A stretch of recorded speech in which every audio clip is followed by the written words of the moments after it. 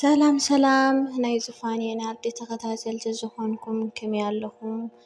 ኣነ እግዚአብሔር ይመስገን ጽቡቕ ኣለኹ። ከምዚ ኣነ ሰላም ዘለኽዎ ሰላም ክትህልውለይ ናይ ኩሉ ግዜ ትምኒተይ እዩ። ሽምበኣር ሎማዓንቲ ብሓፂር ቪድዮ መፂአኩም ኣለኹ።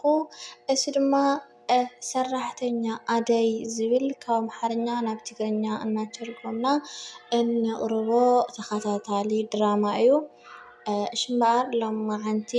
141 ክፋል ሒዝናልኩም መፂና ኣለና። ሓዱሽ ቪድዮ ክቡራት ተመልከትና እንታይ ዝብል ድማ ናብኡ ከነብለኩምና ምሳና ጽንሑ ሰናይ ምክትታል። ቅድሚያ ላይ ሸር ሰብስክራይብ እናገበርኩም ድማ ቤተሰብ ኩኑ። ሽምበኣር ሎማዓንቲ እንታይ ክብል ደልየ ኩላትኩም ኣብዚ እትከታተልዎ ዘለኹም ቪድዮ ኣደይ ዴብ ንኣደይ ከም ዝፈትዋ ፍቅር ድማ ንዴብ ከም ትፈትዎ መቸም እቲ ንሓደ ነቲ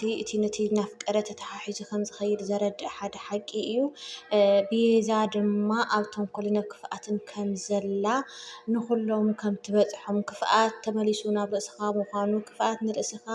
ሓደጋ ምዃኑ ዘረድእ ሓደ ሓቂ እዩ እሞ ካብ ክፍኣት ምልጋስ እምበር ንኽፍኣት ምትሕብባር ፅቡቅ ኣይኮነን እየ ክብል ዝደሊ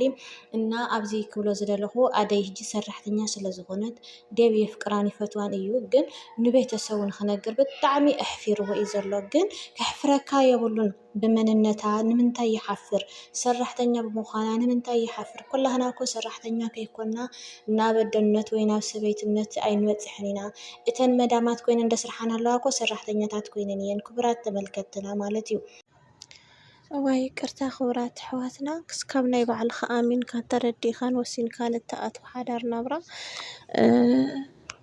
ህይወት መሳልል እያ። በቃ ሓደ ነቲ ሓደ የፍቅር እቲ ሓደ ከዓ ነቲ ሓደ የፍቅር ተተሓሒዝካ ኢኻ ትኸይድ ማለት እዩ። ስለዚ እንታይ ክብል ደልየ ፍቅር ንዴብ ተፍቅሮ ዴብ ከዓ ንኣደይ የፍቅራ ኣደይ እኳ ተፍቅሮ የብላን ግን ኣብኡ እዩ ዘሎ እቲ መሳልል ሂወቶም እቲ ሓደ ነቲ ሓደ እቲ ሓደ ከዓ ነቲ ሓደ ሲጀመር ኣብ ዓለም ሂወት ከምኡ እዩ እቲ ሓደ ነቲ ሓደ እዩ ዘፍቅር እቲ ሓደ ከዓ ነቲ ሓደ እዩ ዘፍቅር ሂወት ከምኡ እያ በቃ ክልተ ኢኳሊቲ ኮይኖም ተፋቂሮም ዝራኸቡ ካብ 102 ወይ ገለ እዮም እምበር ካብ 2-3 ንላዕሊ ኣይትረክብን ኢኻ ንሱ እውን ዕድለኛታት ዝኾኑ ማለት እዩ። እና እንታይ ክብል ደልየ ኣብኡ ከለኹ ድማ ኣወዳት ከምዚ ካብኣቶም ንእሽተን ትሕት ዝበለት ወይ ብወለዳ ወይ ብሃፍቲ ወይ ብዝኾነ ነገር ኮታሲ ካብኣቶም ንእሽተን ቅንስ ዘበለት እንተኮይና ተጓልሲ እቲ ኣረኣእያኦም እውን እንታይ ገብርዎ የትሕትዎ። ሕጂ ዴብ ንባዕሉ እንታይ ምሂር ንኣነ እንተኢለኩም ቤተሰብ ንኣደይ ብጣዕሚ እዩ ዝፈትዋ ብጣዕሚ እዩ ዘኽብራ ብጣዕሚ እዩ ዘፍቅራ የፍቅራ ዳኣ እምበር ቤተሰብ ክውድእ ልክኢሉ ከብቅዕ ግን ከዓ ሰራሕተኛ እያ እዚኣ እኮ ጓል ገጠር እያ ኢሉ ንኸይነገር ንውለዱ ከዓ ዓቐብቲ ሂብዎ እንታይ ፀገም ይቅርታ እንታይ ፀገም ፀገምሲ ምስ ኩሉ ጉድለታታ ኣሚኑን ተረዲኡን እንተይኮነን ኣፍቂርዋ ኣሚኑን ተረዲኡን እንተይኮነን ኣትይዎ ምክንያቱ ይፈልጣ እንዲ ንኣደይ ብፅቡቅ ገይሩ እዩ ዝፈልጣ ዴብ ስለዚ ዝኾነ ነገር እንተዘይኸውን በቲ ድኽመታታ ሰራሕተኛ ናይ ገዛ እያ ነይራ ስለ ዝበሉሲ ፈሪሑ በቃ ብኸመይ እየ ከእምኖም እንታይ እየ ዝገብሮ ብኸመይ እንታይ እሱ እንተኣሚኑሉ እሱ እንተፍቂርዋ እሱ እኮ እዩ ሓዳር ገብረላ እምበር ኣቦኡን ወዲኡ ሓዳር ኣይገብሩላን እዮም ንኣደይ እና ክቡራት ቤተሰብ ንኩልኩም ኣሕዋተይ ኣወዳት ማለት እዩ ንእሽተን ካባኹም ትሕት ዝበለ ዝኾነ ካብቲ ናታትኩምሲ ትሕት ኣነባብሮ ወይ ከዓ ናይ ዘይብላ ወይ ከዓ እሳ ኣብ ትሕት ቦታ እንተነይራ ተጓልሲ ዋላ 100 ግዜ ኣፍቂርኩም እኳ እናሃለኹም ግን ከዓ ናይ ፋሚልና ነገር እዩ እዚ ክኸውን ኣይኽእልን ስለትብሉ ድዩ ኣይደኖ ኣይርድአንን እዩ ነታ ጓል እንታይ ትገብርዋ ትሕት ተብልዋ ከይትገድፎ ኣፍቂርኩምዋ ኢኹም ከይትነግሩ ንወለድኹም እውን እዚኣ እኮ ሰራሕተኛ እያ እዚኣ እኮ ከምዚ እያ ተባሂሉ ወለድኹም ከየፀልሙኹም መሓዝኩም ከየፀልሙኹም ስለትፈርሑ እንታይ ትኾኑ ጎቦ ትኾኑ ወሰንቲ ኩኑ ኣብ ሓደ ምዕራፍ ዕለቡ እታ ጓል መንነት ኣሕፍራን እዩ እንዳ ሰብ ሰሪሓ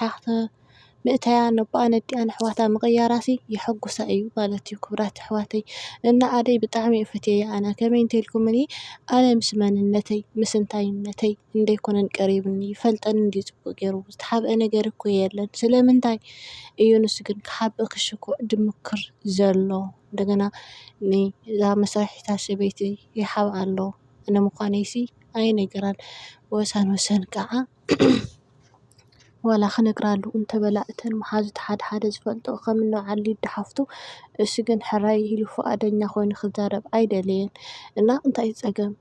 ክብል ደሊየ ክቡራት ኣሕዋተይ ንኩልክን ደቂ ኣንስትዮ ወላ ማንም ወዲ ሞይተልክን እኳ እንተበለክን ኣብቲ መጨረሻ አንቀጽ በጽሒ መወዳእታ ሰዓት እትበጽሐሉ ግን እንታይ ይኸውን ንዓኽን ኣይጠፍአክንን እና ንኩልኩም ኣሕዋተይ ኣጓላት ኩኑ ኣወዳትሲ እዚ ከምዚኣታት ኣረኣእያ ዝተትገድፍዎ ማለት እዩ ማንም ሰብ ብሃፍታም ኣይውለድን እዩ ማንም ሰብ ምስ ቤተሰቡ ኣይውለድን እዩ ማንም ሰብ ወዲ ከተማ ኮይኑ ኣይውለድን እዩ ማንም ሰብ ወዲ ገጠር ኮይኑ ኣይውለድን እዩ እዚ ትዕድልቲ እዩ ግን ሰብ ብሰብነቱ ክብር ኣለዎ እቲ ደኽብረካ እታ ተኽብረካ ጓል ወሲንካን ኣሚንካን ተረዲእካን ደኣ ክትኣተዋ ክትክእል ኣለካ እምበር ከምዚ እንድዩ ክብልኒ ዝብል ሰብ ሲጀመር ልዕለ የብልን ትርፊ ትሕት ክብል ኤንዌይ እቲ ድራማ እኮ ንዓና መምሃርሲ ይሰርሕዎ ከም ዘለዎ ኣይጠፍአንን ግን ይኹን ደኣ እምበር ከምኡ ዝብል ሰብ ስለ ዘሎ ኢሎም እዮም ዝሰርሕዎ ዘለዉ እና ከምኡ ትገብሩ ሰባት እንተደኣ ሃሊኹምሲ ጌጋ እዩ ናተይ ርድኢትሲ ጌጋ እዩ ክቡራት ኣሕዋተይ ሓንሳብ ተፍቂርኩምዋ እታ ጓል ንስኹም ኢኹም ሓዳር ትገብሩላ ከይድኩም ነድኹም ትዛረብዋ ኣዲኹም ተቐበለቶ ኣሰየ ፅቡቕ ኣይተቐበለትን ከዓ በቃ خلاص ምስ ኩሉ ሙሉእ መንነታ ተቐቢልኩምዋ ኣለኹም ትነግርዋ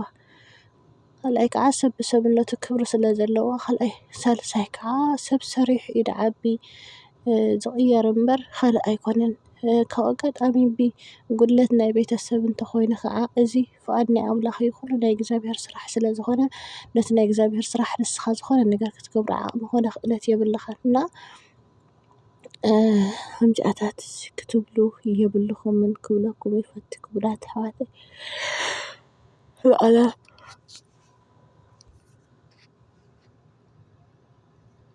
ወይ ይቅርታ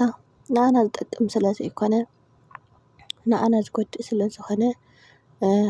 ከምኡ ኢልና ማዕረ ክንደየናይ ዝኣክል ንዕቐት ንነዓቕ ከም ዘለና ክንርስዕ የብልናን ማለት እዩ ትነዓቕ ኢኻ እምበር ኣይትኸብርን ኣነ ንባዕለይ ሕጂ ንዴብ ብጣዕሚ እየ ንዕቐዮ ከመይ ተልኩምኒ ኣደይስ ክንደይ መስዋእቲ ከፊሉላ ክንደይ ሕሊፉላ ግን ንወለዱ እንዛ ንወለዱ ንምፍላጥስ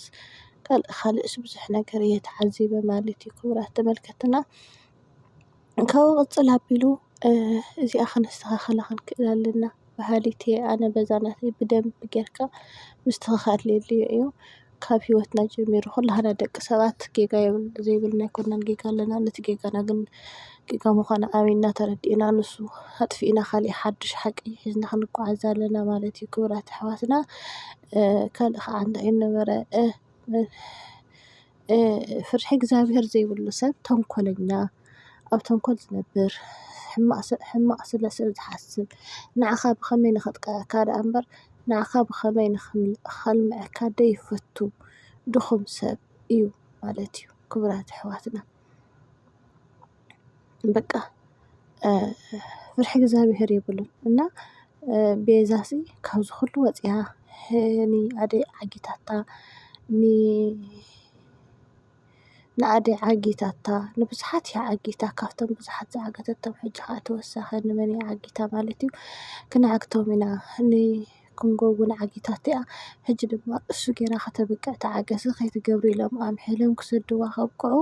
እንደገና ተመሊሳ ክቐጥዖም እየ ከምዚ ክገብሮም እየ እናበለት ትሓድረላ ጌጋ ክኸውን የብሉን እዚ ክኸውን የብሉን ክቡራት ኣሕዋተይ ክኸውን ዘለዎ ትኽክለኛ ጥዑይ መስረጃ ዘለዎ ደኣ እምበይ ክኾን የብሉን እና ኣወዳት ከዓ እውነት ኣወዳት ከዓ ናብ ዘይኮነ ሂወት ኣይትእተዉ ወሰንቲ ኣይትኾኑ በስመ ኣብ በሉ ክብለኩም ይፈቱ ይቅርታ ዘረባ ኣብዚሓ ይመስለኒ ብካሊእ ብተወሳኺ ንረኽቦ ሰናይ ምክንያት